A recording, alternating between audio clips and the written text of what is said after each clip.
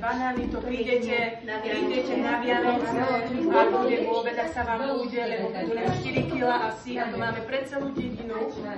A mandarínky takisto, toto prídete pred Vianocami, ak sa vám bude, budete si musieť vystať.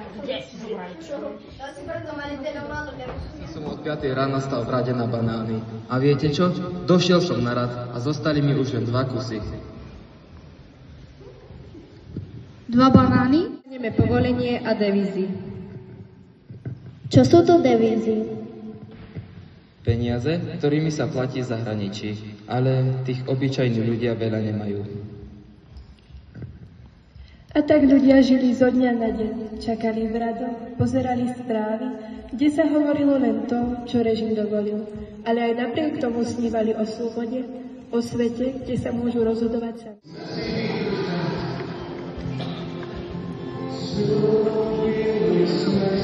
So